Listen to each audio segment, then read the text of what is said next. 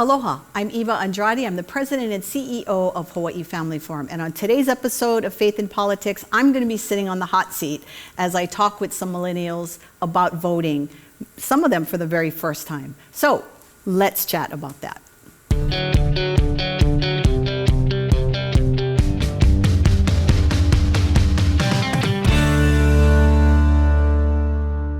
We really are excited about today's show. Well, they're probably not, they're excited. I'm freaked out a little bit because I'm going to be sitting here with some passionate millennials who are going to be pounding me with questions about voting in elections. And so if I disappear out of the screen, you'll know that it's because I'm running away from this conversation. Actually, no. This is a conversation that we need to have. I think that we want to reach out to our youth. And when I say youth, please forgive me. I don't mean that you're young and you're in diapers. Just that there are some people on our panel today who are going to be voting for the first time, and they have some questions and some thoughts, and we're going to be digging a little bit into that. So today I am with John, Ali, and Kailani. And so I'm going to let each of them maybe give you a little tidbit about them. We'll start with you, John. Aloha, my name is John, and I'm 24 years old, and this is going to be my first time voting. I'm Ali, I'm 19, and this is my first time voting too. And I'm Kailani, I'm 22, and it's going to be my second time voting.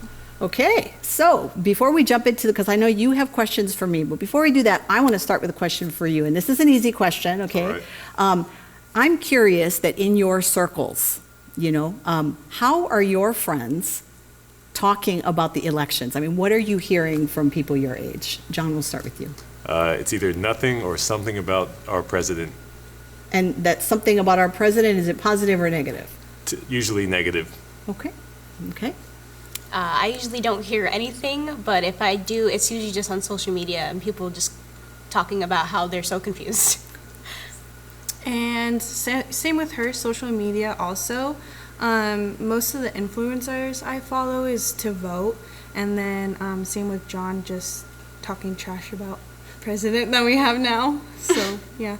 So do you, before we jump into your questions, you're going to vote in the election? Yes, I am. And you're going to vote in the election, and you're going to vote in the election. Mm-hmm. Do you kind of know where you're leaning at this point? As of recently, yes, I do. I think so, yeah. Yes. Okay. So now I'm in the hot seat. All right. So John, what kind of questions do you have for me? And I want to give a little disclaimer as we get into this. I am by no means have all the answers.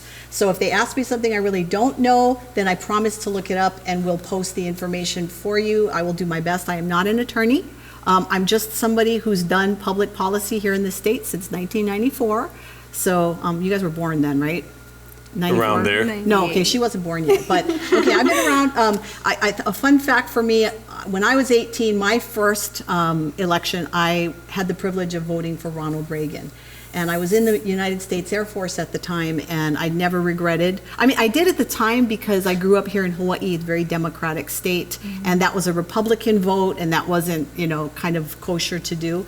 But it's a vote I never regretted. So awesome. That's nice. A little fun fact for me. So John, what question do you have for me? All right. Well, I have a lot, but I have to only ask a few due to time. And the first one's going to be, what are the most important characteristics you look for when voting someone into a position of power?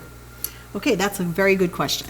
And I know that that's what you're hearing on social media right now, right? A lot of attacks on the character of the current president. And there is even some negative news about the character of the person running against the president. So it is something that's out there in the conversation. So I think as Christians, and everything we're going to talk about today is going to be through the lens of being a Christian.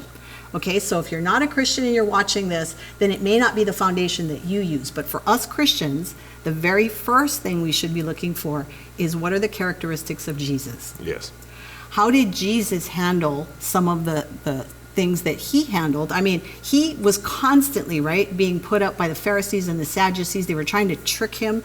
The infamous scripture about, should we pay taxes? That wasn't a simple question just to see how he was going to answer. They were literally trying to trick him. And very calmly, he looked at the coin and said, whose picture's on it? We give to Caesar what is Caesar's, and we render unto God what is God's. So, of course, we look to Jesus. Right. How did he handle sin? The woman at the well. He spoke about it. He spoke truth. He told her, yes, the man you're living with right now is not your husband. But he didn't judge her to condemnation. He didn't tell her, I don't want to have this conversation with you. What he did was he built relationship. Right. He brought her into a place where she would trust him. And a lot of people forget that how that scripture ends is she goes out and tells everybody about this wonderful man she just met. Right. So having said that, looking at Jesus as this great character person, we can also look at scriptures, what they tell us to look for. Leaders who are above reproach. You know, that's what the New Testament tells us, right? Ones that are truthful, that don't take bribes, that are strong family members. Okay, so I can throw that out to you, but now you're thinking in your head, well, how does Trump fit into that and how does Biden fit into that? So how, now that I've said that, how do you feel that you can plug that into a choice when you're at the voting booth? I'd love to hear what your thoughts are. Well, follow up to that would be if you were, let's say you're a kid just watching this and you want to know a good source to find information on the candidates other than, let's say, CNN News or social media where there's just things blasting at you. What's a good source that you'd go to find information on these guys? Yeah, so the question really is about, is there any biased information or unbiased information? Right. And unfortunately, in this day of technology here, it is not very easy to get information that is always unbiased. I mean, everybody has a bias. We have a bias. People watching this show, they know that we're basing everything based on being Christians, right? So no matter what, you're going to find a bias. What I always tell people is to check both sides of the story. When I took debate in high school, they told us to study both sides of the issue.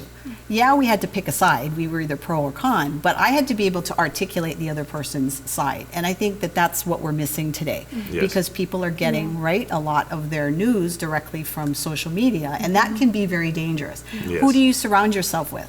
People Right. that believe the same thing you do. So that's why you'll see a lot of things on your wall that tends to be one way. So, and I want to go back to also having Jesus as, you know, our person that we look to. Jesus also got angry. There was a time when he was very upset at what was happening in his father's house, and he overturned the table. So there's a time to be angry. And I Yes. know that your generation has a lot of anger towards a lot of different things, and people are going to feel like they have to bring that out into the public square. Our Constitution gives us that right. We have the right to protest. So we may not agree with your reasons for protesting, but you have the right to do so. So I think that kind of goes into that. I'm curious, what do you think about this, Allie? About this whole idea of, you know, we throw out Jesus and these great leaders, and then you've got these two people on your ballot. I mean, how do you get through all of that? Mostly I just look for whichever one is more on the side of the like Bible seeing, like whoever, I don't know how to say this, whoever just has the more Maybe a biblical Same point. yeah, values I wanted to say Christian, but I didn't know that was allowed to say. Well, you kind of know, right? I mean, when you're listening to either Trump or Biden speak, when they're talking, there's going to be things resonating with you, you know? And I always know that somebody is trustworthy when they can tell me something good about even the person that they're not going to support. You know, when people say Trump has done absolutely nothing, and so I absolutely have to vote for Biden, then I'm thinking that that is a prejudiced view, because Right. everybody does something well, you know, and even for those that didn't vote for President Obama, you know, after he served, they were able to look back and go, as president, he was able to accomplish these good things. So that's something you really want to be able to ask your friends, especially if they're anti all the time. You know, these are all the bad things. Well, that's great, and we can acknowledge that. But tell me, what do you see any positives in this person? Because that's how Jesus would do, right? Jesus would always try to bring out the positive. What about you, my dear? I think the main thing that I see positive with the president is no abortions and keeping babies alive. And that's a really big value that I have and stand for. It doesn't mean I like everything that he does, but that's a big thing that I believe in, is to keep the babies. Well, I can put each of you on a hot seat without you having to answer this question, but I mean, your parents, are your parents perfect? No. The parents are watching. You wonderful parents. You have done such a great job with your kids. No, but I mean, but that's the point. It's when you're trying to find this person you're going to vote for, you've got to understand that these are human beings. Right. There is no human on the face of this earth that is going to be perfect. Yeah. So we have to think about the person when they're in that office, what are they going to do? The other good thing that we can talk about too is you can judge a lot about a person by who they hang around with. Who is their inner circle? In the case of the president, who did he pick as his vice president, and Right. who did Biden pick as his running mate? You know, Right. this tells you a lot. These are the people that are going to be in your inner sanctum, right? These are the people that are going to be giving you advice. So hopefully that's something you can look for too when you're casting your vote. What kind of deep question do you have for me? Well, since a lot of people my age, or just people I tend to know, don't really know much about any of the debate or politics, I just wanted to know some advice that you would give to first-time voters so that we have like some understanding on how we should handle that. That's a very good question, and I think it's hard for you. I really do.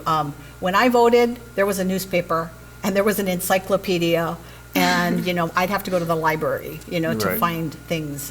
You guys have everything right here at your fingertips, good and bad. And then some. And you're inundated with it, right? So on a first-time voter, what I would say is push back on talking points. Do not let talking points, so in other words, you're talking to someone who supports Biden, and all they say to you is, anybody but Trump, right? It's a talking point. Push back a little bit and say, okay, that's fine, but why are you going to support Biden? What is he going to bring to this great country that is going to benefit us? Because remember, the difference between Christians and non-Christians is that we care about others, right? We're not just about what is good for us. So if you have a friend that's saying, well, I think my college education should be paid for, that's a talking point. But ask them, that's great. And we want people to be able to go to college if this is what they want to do, and they should be able to afford it. But who's going to pay for it? Because the professors are still working, right? The professors still need to be paid. There's still rent or mortgage or whatever on the college building. There are still expenses. Where is that money coming from? Because if you're not going to pay for it, who's going to pay? Just, you know, get them out of talking points, because I think talking points are killing us. Right. And you'll see that, right, in tweets and all of that. All It's just over people are social media. regurgitating the same thing over and over again. So was that helpful? Okay. And what is your deep question? I think, why do you think that younger people don't vote at like higher rates than older people do? That is a very good question. Actually, all of your questions are good. Sorry, I sound like a broken record. That's a great question. It's a good question because it's true. In fact, I was just reading an article in the New York Times that, and I want to be able to quote that correctly. So it was an October 8 article in the New York Times, and it said that fewer than half of Americans 18 to 29 voted in the 2016 presidential election. And they gave 3 reasons for that. Now, I want to throw out their 3 reasons, and then I'd like to get your thoughts on Awesome. if you see the same thing. So the first thing they said, the reason was habit formation. So when you're a first-time voter, you're not in the habit of voting, right? So adults who have voted, like me, I've been voting since 1982. Yeah, 82. Good times. I've been voting a long time, so I'm in the habit of voting. So they're saying that, you know, your generation's not in the habit of voting. So it's not something that, you know, you're gonna do. The second thing they say, which is interesting, is that your lifestyles, you're working, you're going to school, you've got all these busy things, you've got social stuff you're doing, right? So it's not a priority for you in all the myriad of things that you're having to experience in your life. And the third thing, which I do see, is that your generation is participating in the elections, but it may not be voting. When you see these big protests and a lot of your age group out there, they are participating. In their mind, I'm participating. I'm not voting, but I'm participating. I'm raising my voice against this injustice. And so that's the 3 things that they say are the reason. The 4th thing I want to add in, which is my own impression, is that you learn from your parents. Hawaii is one of the lowest in the nation at voter registration and turnout. So if your parents aren't voting, then you're naturally not going to fall into that. Right. So as we're going to cut to a break right now, I want you to be thinking about that, about coming back on that, on how you think that we fall into those 3 or 4 things. Okay? So we'll be right back. We have a mission here at Kalo TV. We continue to be the only local Christ-centered media outlet in Hawaii. God has planted this station to nourish believers and to harvest souls for eternity. It's a calling we hold dear, and today we need your help. Partner with us as we continue to create original local programs. We're so very grateful for that whole journey. Walking down to our story room. Oh my God. Showcase solid biblical teaching. We reach more people in one day with the broadcast of the gospel. It's music to God's ears. Improve our infrastructure and influence social media. Are you willing to labor with us for Hawaii, for your ohana, for the next generation? Go to kalotv.com and partner with us today. We understand that. We understand that slavery was the issue of its day, and killing 1 million babies a year in America, on a country founded on the idea of the right to life, is the issue of our day. We refuse to call good evil and evil good, and that is exactly what political correctness is. It is allowing a lie to masquerade as truth because we have a greater fear of offending man than offending God. And I think we have something to learn from a sustainable approach where the schools are open, we're working, and people use individual liberty and personal responsibility to make decisions and not executive orders. I would start seeing on social media, like just people attacking each other. Like, if you didn't say something, you were attacked. And then when you did say something, you were attacked for saying it wrong. Because that's the amazing thing about the Constitution of the United States, is it's not a document that was written to only apply to a certain time. It was specifically written to be timeless. All right, welcome back. So back on the hot seat quickly. So we talked about the New York Times article and the reason that young adults don't vote. And they said the first thing is because they're not in the habit of doing so. The second reason is because their lifestyle, they're busy doing other things, or that they're participating but not necessarily by voting. So let's get your thoughts on that. So a lot of the time I've heard that sometimes they're just too nervous to like make that statement of who they want to run because they don't really know who to vote for. They haven't heard much. They don't really know who to trust and what information they get. So sometimes it's just like I don't even want to bother because I don't know who's gonna be the best choice to run the country. So I'll just rather not. So I think that's a lot of the time that's the reason. They're just too nervous to make that bold of a statement. I'm like, I want this person to run it. I think that's a good point.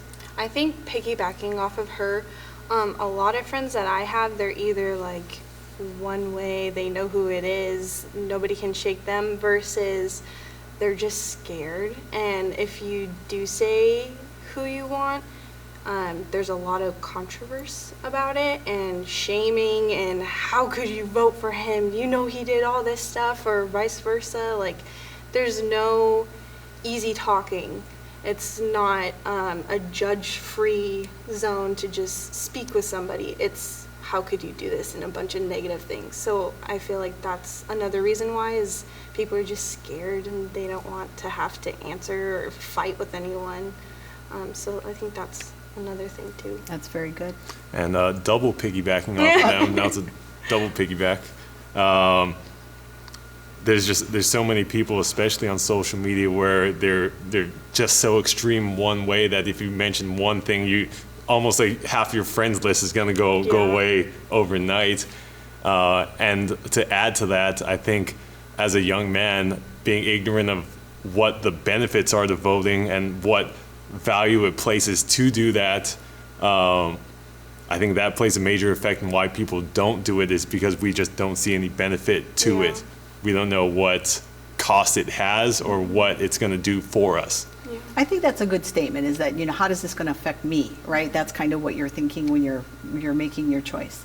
So what is your next question for me, Allie? Well, piggybacking off of them too, when they were talking about how sometimes mentioning who you're voting for, who you want to know more about is very controversial. I just want to know your opinions on why that could be, just because sometimes you would wonder why people don't just understand, like, oh, I think this person. They're like, oh, why that? Or sometimes they'll just, what is wrong with you? Are you crazy? Yeah. Like, so I just wanted to know your thoughts on why that's such a touchy subject. Well, I think each of you kind of talked about this a little bit, and it's a word that you're very familiar with, trolling, right?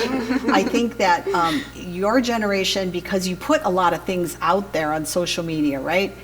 There's a lot of bullying that takes place, and on this particular election cycle, there's all this negativity coming, and I think people are afraid to speak what they believe because they don't want to be. So my thoughts on that is that as Christians, we need to always reflect Jesus in everything we do. I have a Facebook page, and I have Democratic friends that are very strongly pro-Biden, and I have Republican friends that are very strongly Trump. And they will post their talking points that cause all these trolls to come out of the middle of nowhere, and then there's all this attacks. What I try to do is always bring light into the conversation. Right. If you want to stop a bad conversation, say something good about the person they're talking bad about. And I'm not talking another talking point. I mean something that you truly believe that you could defend.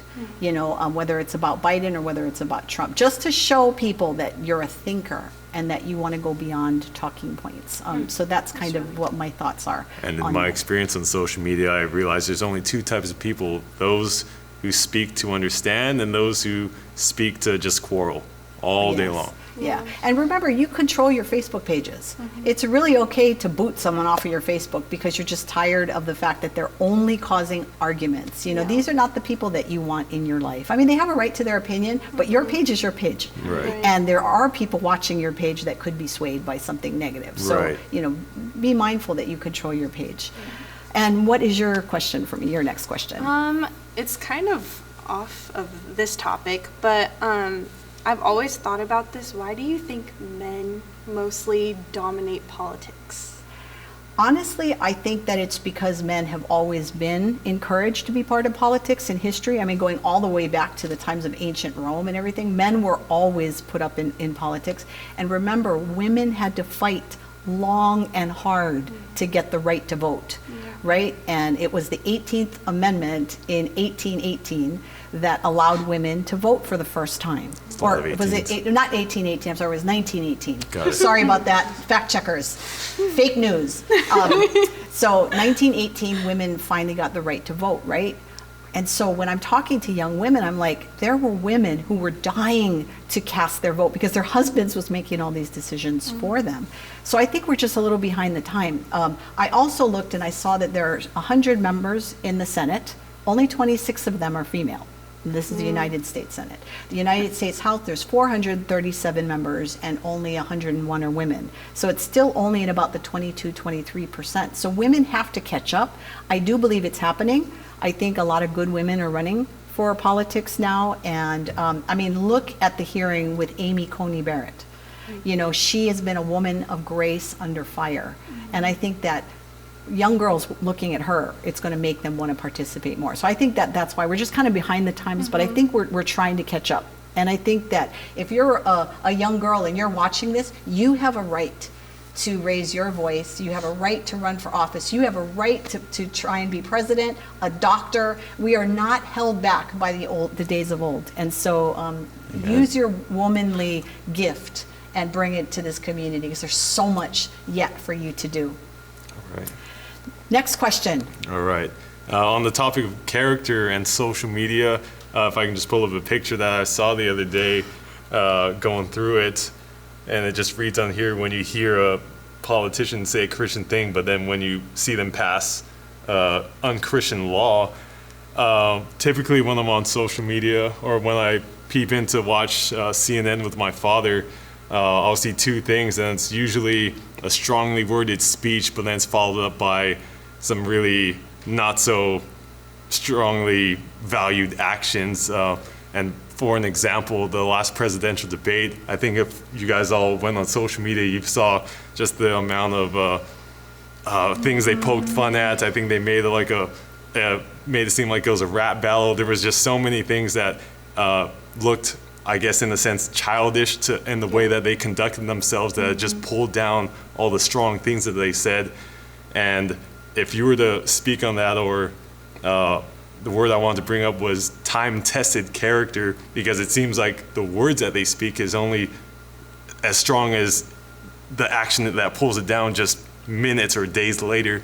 What do you have to say about that? Well, again, going back to the idea of social media, I think that we have painted ourselves into a corner with social media because people are posting everything. Here's the food I ate for lunch today.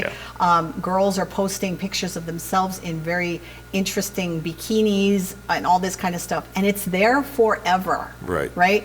Somebody download that picture as quick as you post it. So, right. you know, looking at this kind of stuff, we have to remember that our character is going to follow us for the rest of our lives. That's true. And we can sit here all day and bring up things we don't like about Trump's character. We could sit here all day and bring up things we don't like about Biden. But I think before we do that, we really need to be looking at ourselves first. Because I think the biggest hypocrite in your generation is good about calling out hypocrites. For someone to be up there going, even pastors, to be up there going, you need to live this good life or whatever, and then you find out that they're cheating on their wives. Right. You know, this character issue is bigger than the presidential election. And I think that we just have to own ourselves and work on ourselves. And I think that's going to be what's going to bring the change, because we cannot control what other people do, and we never will. These memes are going to be around forever. Right. I mean, I'm telling you, just some of what we're doing right now, somebody could make a meme, and then there'd be a meme of me doing this, or, you know.